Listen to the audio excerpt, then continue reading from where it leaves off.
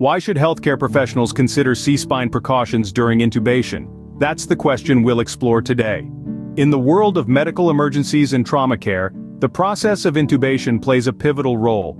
It's a life-saving procedure, no doubt, but it's not without its risks, especially when it comes to patients with potential cervical spine injuries. This is where C-spine precautions come into play, and today, we're going to talk about their importance. So, what are C-spine precautions? They're safety measures taken to protect the cervical spine during medical procedures, especially intubation. These precautions are crucial because the cervical spine, or C-spine as it's often called, houses the spinal cord, which is the main pathway for messages between the brain and the rest of the body. Any damage to this area could lead to devastating consequences, such as paralysis or even death. Now, imagine performing intubation on a patient with a potential C-spine injury. The procedure requires manipulation of the head and neck, which, if done without proper precautions, could cause or worsen a cervical spine injury. It's a bit like walking on a tightrope. One misstep can have catastrophic results. This is why C-spine precautions are particularly important in patients with trauma. In fact, the standard protocol in many emergency departments worldwide is to assume a C-spine injury in any patient with significant trauma until proven otherwise. It's a safety-first approach that prioritizes the well-being of the patient above all else. But it's not just about preventing damage. C-spine precautions can also improve the success rate of intubation. By stabilizing the neck and minimizing movement, these precautions can provide a clearer view of the airway, making the procedure easier and more efficient. As we delve deeper, we'll understand the step-by-step process of intubating with C-spine precautions. So stay tuned as we unravel the complexities of this crucial aspect of emergency care. Before we dive into the process, let's get a clear understanding of what C-spine precautions are. Imagine a delicate strand of pearls, each one unique and irreplaceable. Now picture that strand being jolted or twisted suddenly. The pearls could be damaged, right? This is a good way to think about the vertebrae in our cervical spine or C-spine. The C-spine is a delicate structure that houses the spinal cord, which is as important as it is vulnerable. C-spine precautions, as the name suggests, are preventive measures taken to protect this sensitive part of our body. These precautions are designed to prevent further injury to the spine, especially during procedures like intubation, where the neck might be moved or manipulated. Consider a scene where a patient has suffered a traumatic injury. The primary concern is always to stabilize the patient and ensure their oxygen supply. However, if there's even a suspicion of a C-spine injury, intubation becomes a delicate dance. One wrong move and the consequences could be dire. This is where C-spine precautions come into play. These precautions are not a one-size-fits-all. They are tailored to the needs of each patient, based on factors like the nature of the injury, the patient's medical history, and the resources available. They might involve using specific techniques or equipment, limiting the movement of the neck, or even positioning the patient in a particular way. But why are these precautions so crucial? Well, they are designed to prevent a bad situation from getting worse. A suspected C-spine injury is like a ticking time bomb. Any sudden movement could potentially cause further damage, leading to complications like paralysis or even death. C-spine precautions help to defuse this bomb, ensuring the safety of the patient while allowing healthcare professionals to do their job effectively.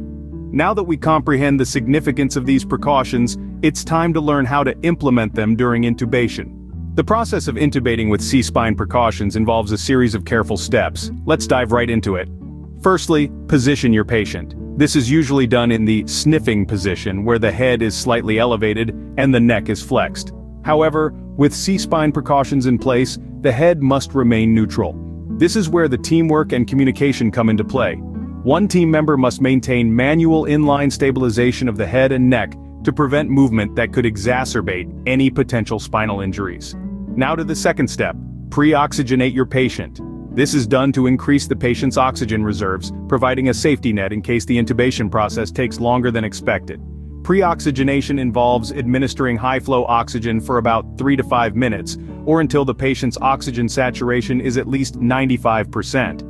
Next, prepare your intubation equipment. This includes a laryngoscope, appropriately sized endotracheal tube, stylet, and a device to confirm tube placement such as a capnograph. It's also important to have suction equipment on hand in case of any complications. Step 4. Perform rapid sequence intubation, or RSI. This involves the administration of a potent induction agent and a fast-acting neuromuscular blocking agent.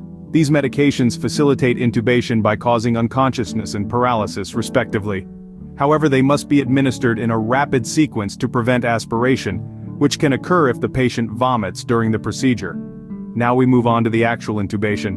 With one person maintaining C-spine stabilization, another team member will introduce the laryngoscope into the patient's mouth.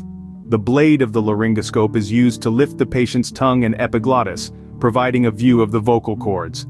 The endotracheal tube, with the stylet inside, is then carefully passed through the vocal cords and into the trachea. Once the tube is in place, the stylet is removed. Finally, confirm the tube placement. This is a critical step, as incorrect placement of the tube can lead to serious complications. Tube placement can be confirmed by visualizing the tube passing through the vocal cords, chest rise and fall with ventilation, and capnography. Once the tube placement is confirmed, secure the tube to prevent dislodgement.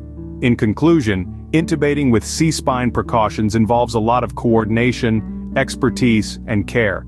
It's a process that requires a well-prepared team, meticulous execution, and constant communication. Every step must be performed with the understanding that the goal is not just to secure the airway, but also to protect the patient's spine from potential injury. By following these steps, healthcare professionals can protect their patients from potential spinal cord injuries during intubation. It's crucial to understand how to intubate both with and without a C-collar in place. The C-collar, or cervical collar, is a medical device used to support a patient's neck and protect the cervical spine during emergencies. It's often used in cases of trauma where there's a risk of spinal cord injury. But what happens when you need to secure an airway in such situations? That's where our discussion for today comes in. Let's start with intubating with a C-collar still in place. It's a delicate procedure given the need to maintain cervical spine immobilization. The collar can limit mouth opening and neck extension, making it a bit challenging. The key here is to use techniques that minimize neck movement, such as the use of video laryngoscopy. By using this device, we can get a better view of the vocal cords without needing to overly extend the neck. It's also important to have a skilled assistant maintaining inline stabilization during the procedure. On the other hand, intubating without a C-collar is a more straightforward process. It involves standard airway management techniques. However, it's important to note that a C-collar is removed only when a cervical spine injury has been ruled out or when it's absolutely necessary for airway management. So how do these two procedures compare? Well, intubating with a C-collar in place requires more caution, skill, and often, additional devices like a video laryngoscope. Intubating without a C-collar, while simpler, is only safe when we're confident there's no risk of a cervical spine injury. It's vital to adapt to the patient's needs in each scenario. If a patient is at risk of a cervical spine injury but requires immediate airway management, intubating with a C-collar in place might be the safest option. But if the patient's cervical spine is deemed safe, or the C-collar is causing significant issues for airway management, it may be removed. In the end, it all comes down to flexibility and adaptability. Each patient, each situation is unique. And as healthcare professionals, we need to be prepared to handle these differences effectively. Flexibility and adaptability are key in ensuring a successful intubation while taking C-spine precautions. Let's recap the key points we've covered today about intubating with C-spine precautions. We've outlined the importance of C-spine precautions in airway management. These measures are vital in preventing potential spinal cord damage during intubation, especially in trauma patients. We've walked through the step-by-step process of intubating with C-spine precautions, emphasizing the delicate balance between securing the airway and maintaining spinal alignment. We've also highlighted the differences between intubating with and without a C-collar. While the C-collar can restrict access to the airway, its presence ensures stability of the cervical spine. On the other hand, removing the C-collar improves airway access, but necessitates extreme care to avoid spinal movement. In essence, each approach has its pros and cons, and the decision should be based on each patient's unique circumstances and the clinician's judgment. Remember, when it comes to intubation, patient safety should always be the priority. C-spine precautions are a crucial part of that safety.